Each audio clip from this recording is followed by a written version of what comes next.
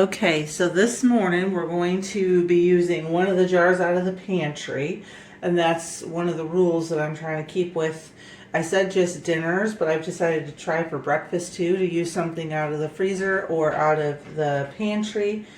So we have the jar of apple pie filling here, and 6 eggs. I already put 3 cups of flour, or I'm sorry, not flour, oats, into the baking sheet. Now I'm going to take and mix my, when I did my apple pie filling, I left it pretty neutral, and I didn't add enough sweetener into it. When we've tasted it, it's a little bit, not really bland, just not super sweet. So I'm just going to add a little bit more sugar. That was probably about just over a quarter of a cup. Just a touch more apple pie spice. This is like a super easy, quick breakfast.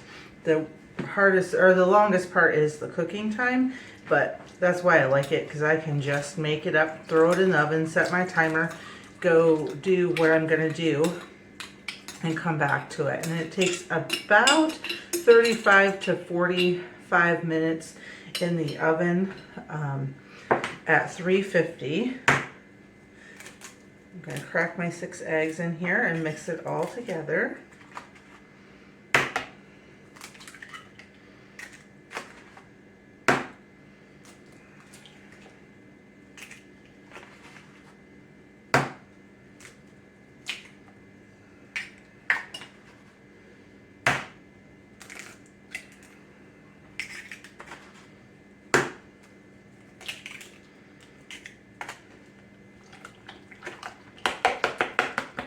You just want to make sure that you get those yolks incorporated, of course.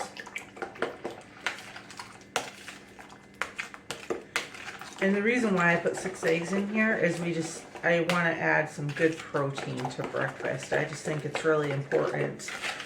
If it's too carb heavy, then you get that letdown.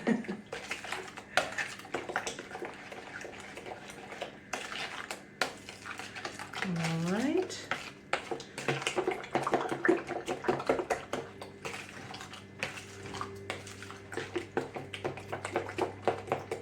And now we're just going to mix everything together in the baking sheet. Make sure I got all those eggs incorporated.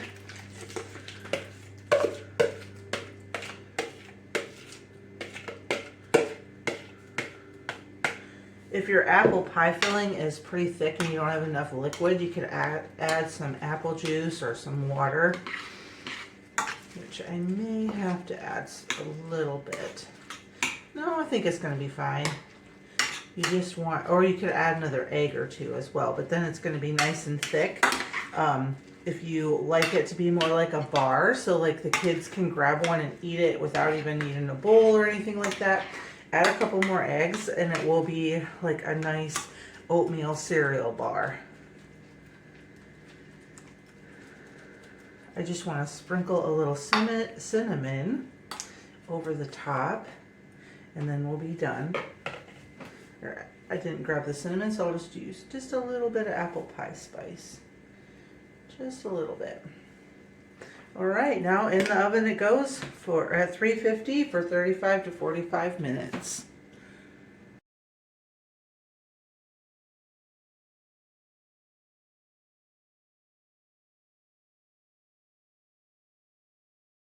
The next recipe could be a breakfast or a snack. It's going to be pumpkin nut granola. So I had some frozen pumpkin and I pulled it out and I took out all of the moisture. It's very dry for pumpkin and almost like Play-Doh consistency. So now I've got that. Here is 3 cups of oats. I'm going to add in the rest of my dry ingredients to the oats. Just some chopped nuts, some cinnamon,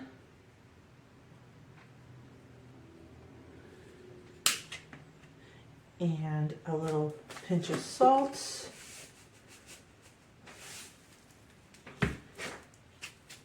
All right, so that's the dry ingredients. Now I'm going to mix together the wet ingredients. I have some honey, half a cup of honey.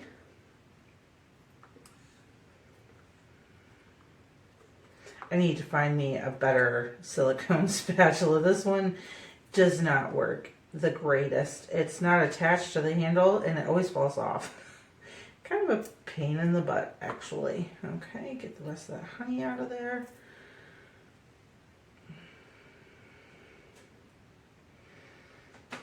And I ran out of peanut butter and I didn't realize I was that low and I forgot to grab some.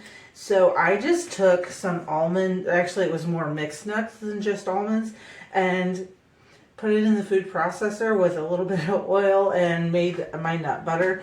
But it's not like, you wouldn't want to put it on a sandwich. The consistency is a little gritty, probably because I needed a higher power machine than what I have, so, or with more blades, I would imagine. But it'll work for this, and it tastes really good, really fresh.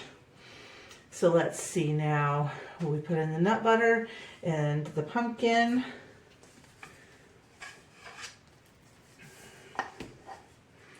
And the reason I took the moisture out is because this is granola, right? So we're going to try and dry it out. And I figured the more moisture I take out of the pumpkin, the better it would be.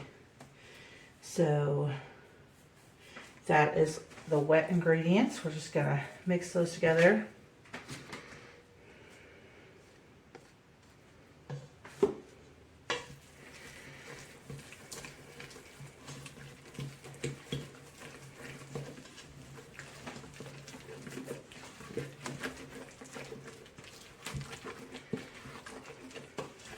Okay, everything is well combined. Now I'm just going to mix the dry ingredients really well. Oops, and throw it across the table too, just for a little fun. Okay, that looks well mixed. And now we're just going to add it in. Just get that bowl out of the way now. Let me just make sure I got all the ingredients in here. Old-fashioned oats, check. Nuts, check. Oh, we want to put in the fruit.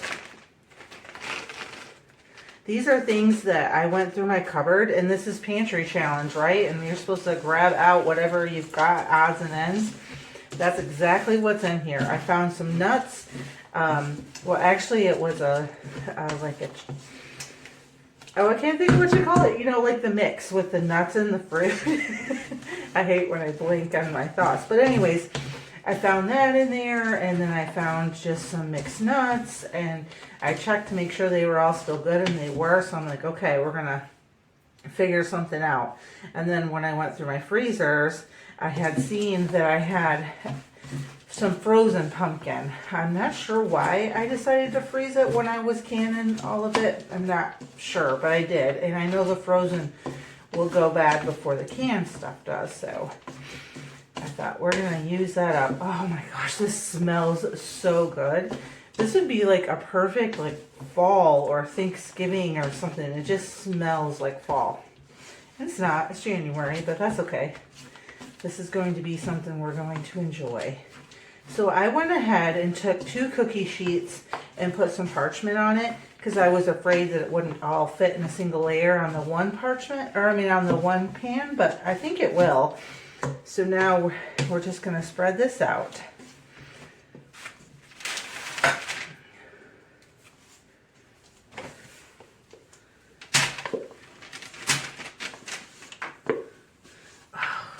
What a beautiful color. Because that pumpkin, that's the Jardal or Jardale. I don't know how you spell it. I will see if I can find the spelling here, or how you say it. I'll see if I can find the spelling. But I love that pumpkin. The puree was so beautiful. Like, I've never really seen a pumpkin out of my own garden that looked like it. It was just really rich and beautiful, and it had a sweetness to it where I've noticed like my Cinderella pumpkins and even the Long Island cheese pumpkin has almost like a little bit of a sourness to it when you pull it out after you've roasted it, but not the Jardel. I think that's how you say it, Jardel pumpkin. It's a blue pumpkin and it's so beautiful and orange and like dense. Okay, this looks good. I'm just kind of press it down a little bit into the pan. When I was reading, this is actually my first time ever making granola, and it said not to have too many holes because you don't want the granola to burn. So I'm just trying to fill it in. If I'm doing it wrong, I'm sure y'all will let me know in the comments, but definitely be kind because like I said, this is my first time and I just wanted to make something that we could have for breakfast or a healthier snack. It says you could also put chocolate chips or whatever in there, but to be honest, in our breakfast, we would rather not have like super duper sweet. For a snack, I think chocolate would be fine.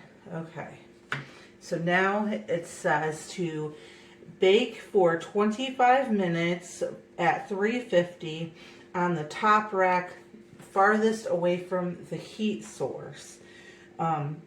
Stirring about halfway through, and then it says watching closely the last 5 minutes as not to burn. Cool completely so it stays crunchy, and then you can store it up to a month in an airtight jar or Ziploc bag. So in the oven this goes. Just popped this out of the oven, and now we're going to let it fully cool. It says not to touch it at all until it's 100% fully cooled off. So I'm just going to throw a towel over it, set it off to the side, and let it cool down for an hour or two. And then I'll break it up and put it in a plastic bag for future breakfasts or snacks. I'm so excited to try it. It smells amazing.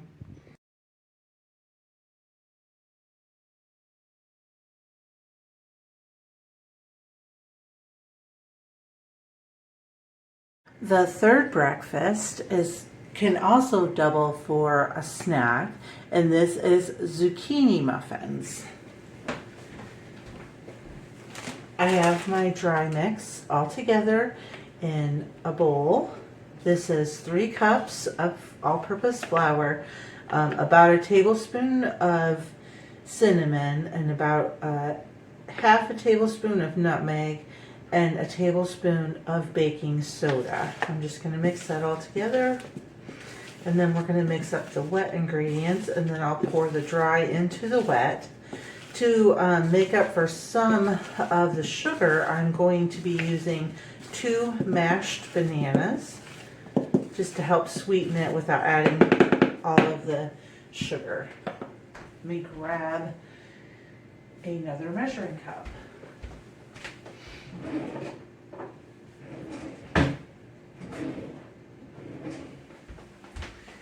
Alrighty, so first we're going to start with the oil. This is 3/4 cup oil, whatever not strong oil, flavored oil that you have on hand.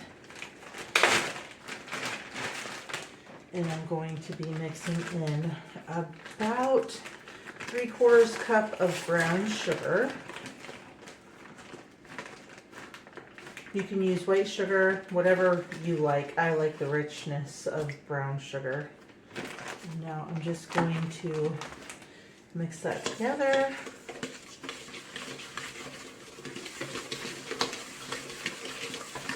And the 2 bananas I have are really ripe. They were starting to get pretty brown, so I threw them in the fridge. So now they are very, very ripe. So they are not going to take much to mash at all.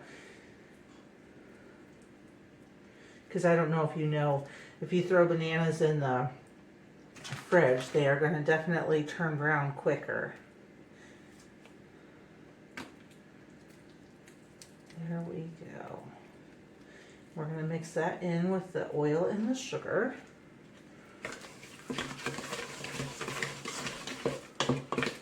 see, they're just easily mushing right up with this mixing spoon.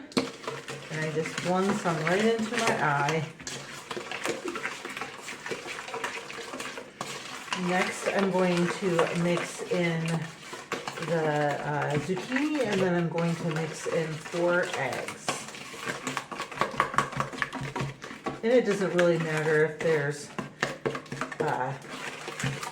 if you can still see the banana, because it'll incorporate when we mix everything else in. Just trying to get all that sugar kind of in there. Oh yeah, that's looking nice and thick and creamy. I can't remember what way I'm supposed to go. I'm just going to throw the zucchini and then the eggs. Now, this zucchini was frozen, so there was a lot of moisture in it, and I just decided to strain some of that moisture out. Some of the moisture is good, but there was a lot from being frozen. And this is part of the vegetables we pulled out of the freezer that I was saying was one of the things that needed to get used up. So far in all 3 of these breakfasts, we have used something out of the freezer or out of the pantry, things that we canned up this summer out of the garden.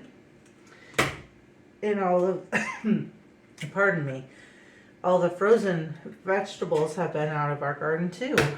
So that's exciting. The pumpkin and the zucchini. Now we're just going to mix in these eggs.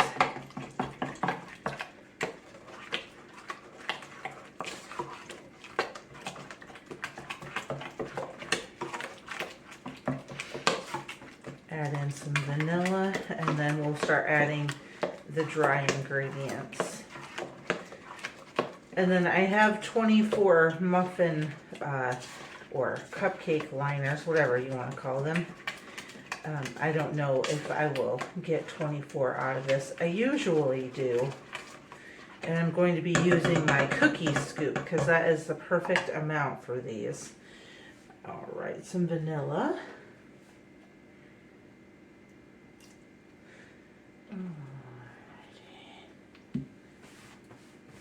Now we're going to start adding in the dry ingredients. Just a little at a time.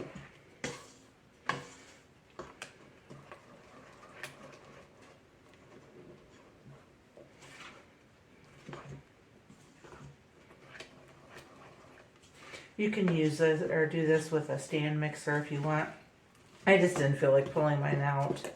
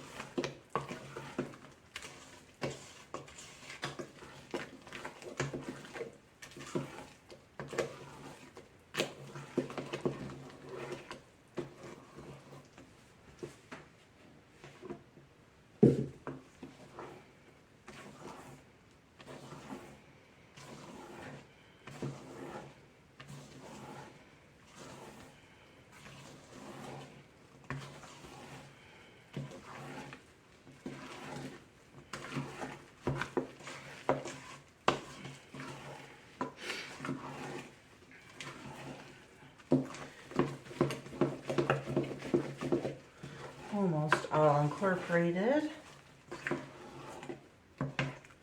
I always make sure to scrape the bottom. It seems like somehow, some way, even though the dry went into the wet, there's always some dry on the bottom. All right, that is looking good. As I said, I'm going to use my cookie scoop to fill my muffin cups. Turn you a little bit so you can see what I'm doing. And you can see the back ones are my silicone muffin cups, which I love for when I accidentally run out, because I only have the 2 muffin pans that have 6 each, and I could go out and buy a cupcake pan. I just never think about it until I'm in the kitchen, you know what I mean? Oh, that is perfect. Okay.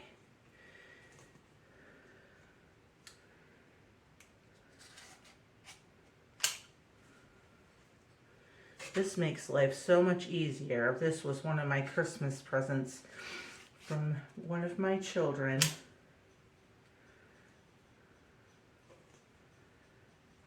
I'll just fill these 6 and then I will do the rest off camera, and then I'm going to bake them about, the muffins always take less than the bread, and I think it's usually about 40 minutes, but I usually check them at 35 just to be sure that they are ready, or that they're not ready. I still have the sniffles. If you hear me sniffling, this cold does not want to let go. All right, so the next time I see you, we will be looking at these all finished, and then on to the final recipe for today.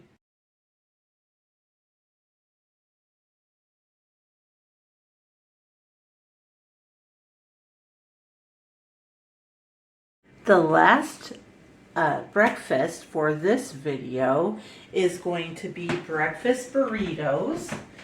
And of course, you can eat these at any time of day. No one says you have to only eat them at breakfast. We've grabbed them for a quick dinner before, you know. They're yummy. All right. I have my burrito-sized tortillas. I scrambled up some eggs, and I grabbed the breakfast sausage that was already cooked up in the freezer. So that is the freezer part of it today. Put a little egg, little breakfast sausage. Some of them will have breakfast sausage and some of them won't, because there's not a ton here.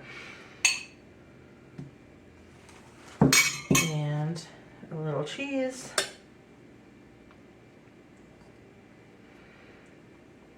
And then we're just gonna fold it burrito style.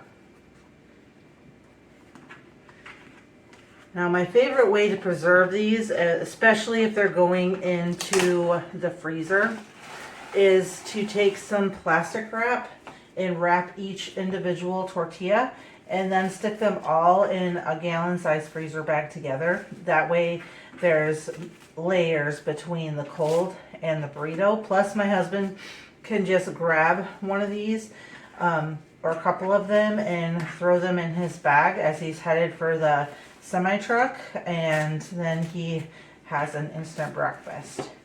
So I went this way. I'm going to fold that side down. I'm going to turn and start rolling end to end. There.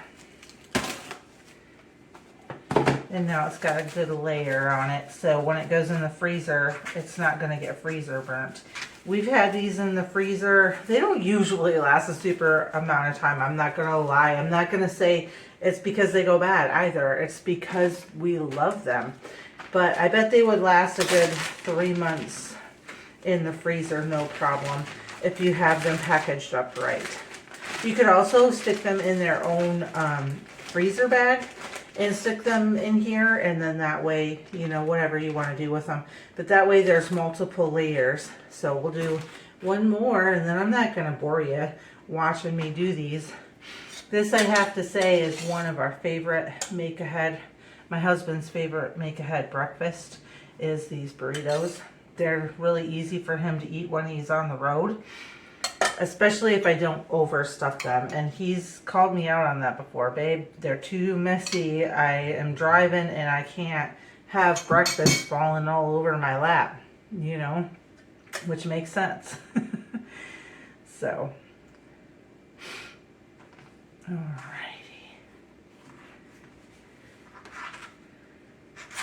And if you warm the tortillas up a little, they do hold together a little bit better.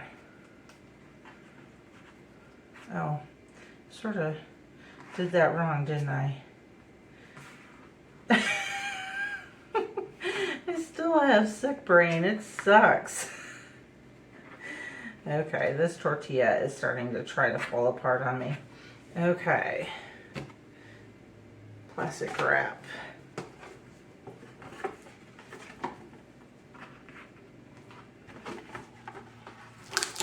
And you could put anything that you like to eat for breakfast that would make sense in a burrito.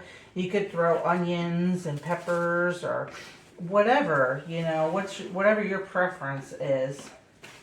It's just really going to be up to your taste. My husband, a lot of times, he likes it when I just put cheese and egg in them.